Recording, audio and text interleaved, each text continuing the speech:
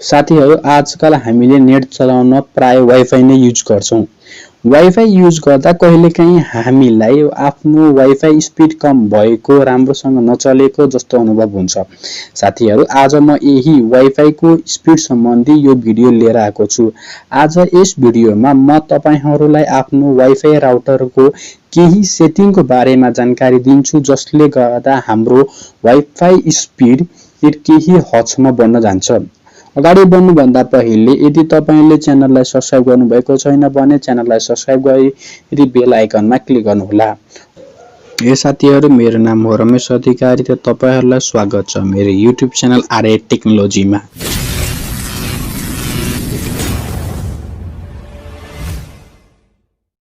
अब सेटिङको लागि साथीहरु हामीले आफ्नो राउटरको पछाडिपट्टि रहेको एउटा यस्तै स्टिकर हुन्छ जसमा चाहिँ हाम्रो युजर आइडी गेटवे पासवर्ड लेखिएको हुन्छ। यसलाई हामीले नोट गर्न पर्छ। यो हाम्रो लागि पछि काम लाग्छ।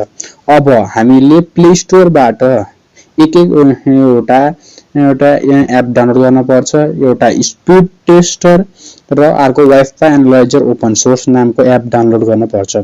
स्पिड टेस्टरको काम वाइफाई को स्पिड चेक गर्नको लागि र वाइफाई एनालाइजर राउटर सेटिङको लागि डाउनलोड गर्न पर्छ। डाउनलोड गरिसकेपछि दुवै एपलाई पर्मिसन दिएर एपलाई रेडी गरौँ र अब आफ्नो वाइफाई स्पिड चेक गरौँ। यसमा डाउनलोड स्पिड र अपलोड स्पिड इन्डिकेट हुन्छ। हामीले अब म्याक्सिमम को नेट चाहिने भनेको अपलोड र डाउनलोडको लागि हो। त्यसैले अब यसमा हाम्रो वाइफाई को स्पिड इन्डिकेट भइसक्यो। अब आफ्नो अर्को एप वाइफाई एनालाइजरलाई अन गरौँ र त्यसमा तलपट्टि रहेको च्यानल रेटिङमा क्लिक गर्नुहोस्। अब यसमा हामीले च्यानल स्टार र एसेस पोइन्टलाई देख्न सक्छौं जसमा हाई रेटिङ च्यानल नम्बर भएकोलाई हामीले राम्रो नेट चलेको अथवा एसेस पोइन्ट कम भएकोलाई हामीले राम्रोसँग नेट चलेको भन्न सक्छौं। ल राम्रो एसेस पोइन्ट भएको र स्टार भएकोलाई हामीले नोट गरौँ। नोट गरिसकेपछि अब हामीले आफ्नो राउटर सेटअप पेजमा जान पर्ने छ जसको लागि हामीले अगाडि नै राउटरको गेटवे आइडी पासवर्ड टिपिसकेका छौं। अब आफ्नो फोनको ब्राउजर ओपन गरी त्यसमा आफ्नो गेटवे टाइप गर्नुहोस्। प्राय जसो राउटरमा चाहिँ दुईवटा डिफल्ट गेटवे हुन्छ र राउटरसँग अरु फरक गेटवे हुन पनि सक्छ। गेटवे टाइप गरेर आफ्नो गेटवे टाइप गरिसकेपछि तपाईको राउटरमा आइडी र पासवर्ड माग्न पनि सक्छ नमाग्न पनि सक्छ।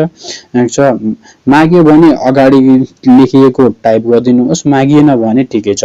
अब होम स्क्रिनमा आइसकेपछि हाम्रो लेफ्टपट्टि वायरलेसको अप्सन हुन्छ त्यसमा क्लिक गर्न पर्छ र साइडमा रहेको च्यानल नम्बर भन्ने एउटा अप्सन हुन्छ जुन चाहिँ डिफल्टली अटोमा बसिरहेको हुन्छ। हामीले त्यसलाई एक्सचेन्ज गरेर बेस स्टार वाला च्यानललाई एड गर्न सक्छौं र त्यसलाई सेभ गरौँ। सेभ गरिसकेपछि आफ्नो राउटर रिस्टार्ट हुन्छ र फेरि कनेक्सन गरौँ। अब फेरि हामीले आफ्नो वाइफाई को स्पिड टेस्ट गरौँ। यसमा साथीहरु हामीले आफ्नो वाइफाई स्पिड बढेको देख्न सक्छौं।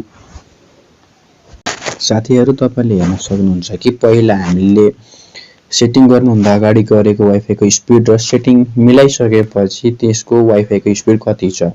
यसरी नै हामीले आफ्नो वाइफाई स्पिडलाई बढाउन सक्छौं। हस्त साथीहरु आजलाई यति नै। अर्को भिडियोमा नयाँ कुराहरु लिएर आउने छु। धन्यवाद।